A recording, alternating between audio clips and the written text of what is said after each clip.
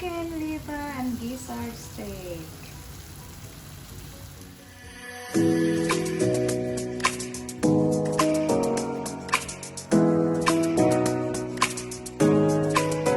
Hugasang mabuti ang ating gizzard. Tanggalin yung mga dumi, nakadikit na dumi ng manok. Parang dumi ng manok, ibang kulay dito. So, linisin ito mabuti.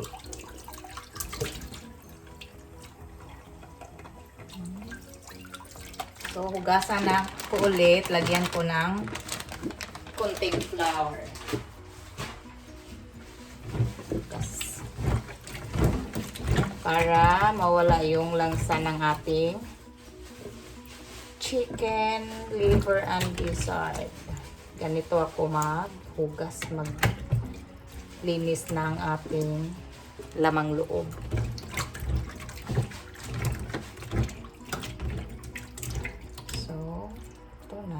And then, hugasan to ulit. Hugasan to ulit, guys.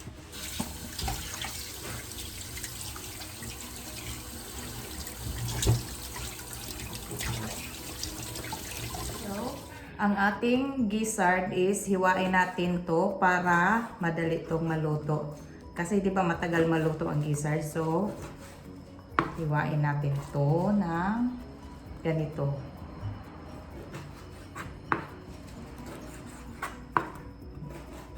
So, magluluto tayo ng liver and gizzard steak. Ganito lang ang paghiwa. Pati ang atay, hiwain nyo din ng ganito.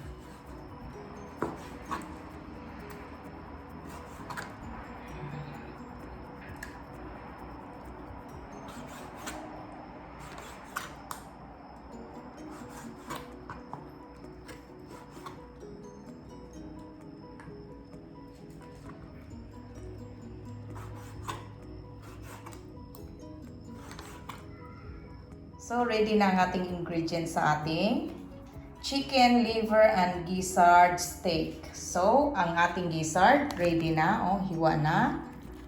And our liver, hiwa na din.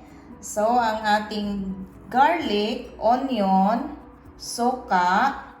Sinubstitute ko ang suka sa ating lemon or kalamansi kasi wala akong available, so pwede na tong suka.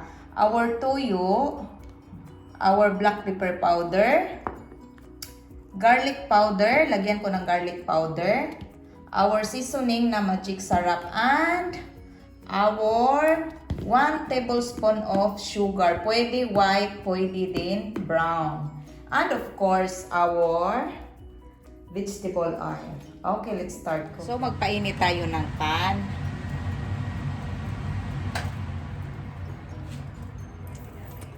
Lagyan natin ng mantika.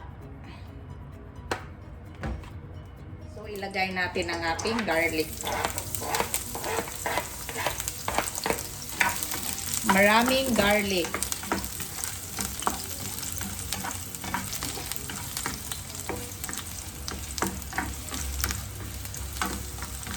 Mas okay kung ma-brown yung garlic, guys, para maano yung aroma ng ating garlic.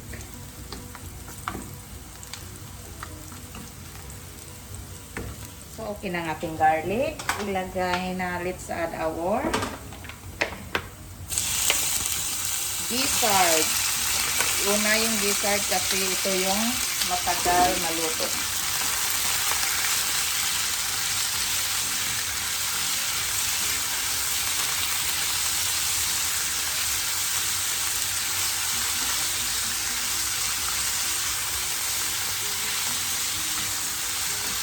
So, igisa nyo to. So, lagyan natin, add our black pepper. Black pepper. Our garlic powder. And our 1 tablespoon of brown sugar. Pwede din puti. Depende sa inyo guys. Basta pwede puti. Kung ano yung available sa inyo, yun na. Yun. Gagamitin nyo. And then, isimmer natin to ng mga 5 minutes.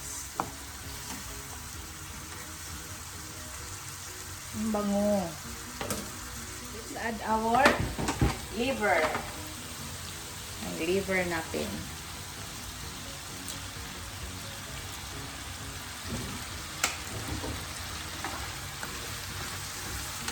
And lagay natin ang ating suka, mga 3 tablespoons of vinegar, and our soy sauce.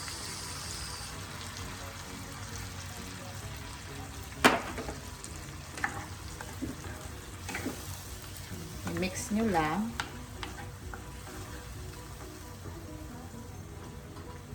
And isimmer natin to. Simmer ng mga 5 minutes again. Tingnan nyo. Pero hindi pa to tapos guys. Hindi pa to luto. Isimmer pa natin hanggang mareduce yung ating sabaw.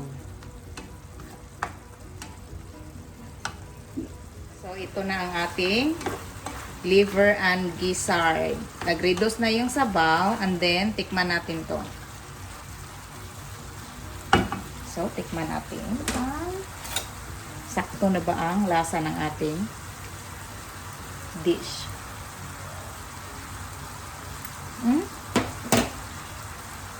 Sakto na. Pero lagyan ko ng kunting magic sarap. Kunti lang.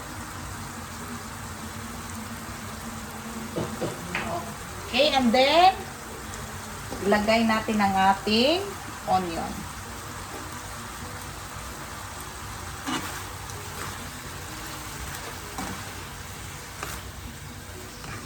And hindi natin i-overcook ang ating onion, guys.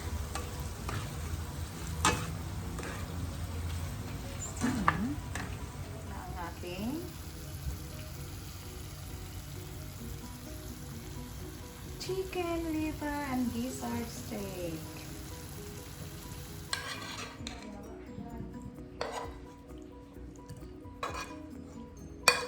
So, tapos na tayo sa ating chicken liver and gizzard steak. O, tingnan nyo guys. Magugustuhan nyo to. Simple and affordable. Kunti lang yung ating ingredients. Yum, yum. Pampulutan, okay. Ulam, okay. So, try this recipe, guys. So, kung bago lang kayo sa channel ko, please don't forget to subscribe my YouTube channel, Kaka'EVAng Vlog. Please don't forget to like, comment, and share. And please hit the notification bell para updated kayo sa ating next na video. See you on my next video. Bye! God bless us all. Bye-bye!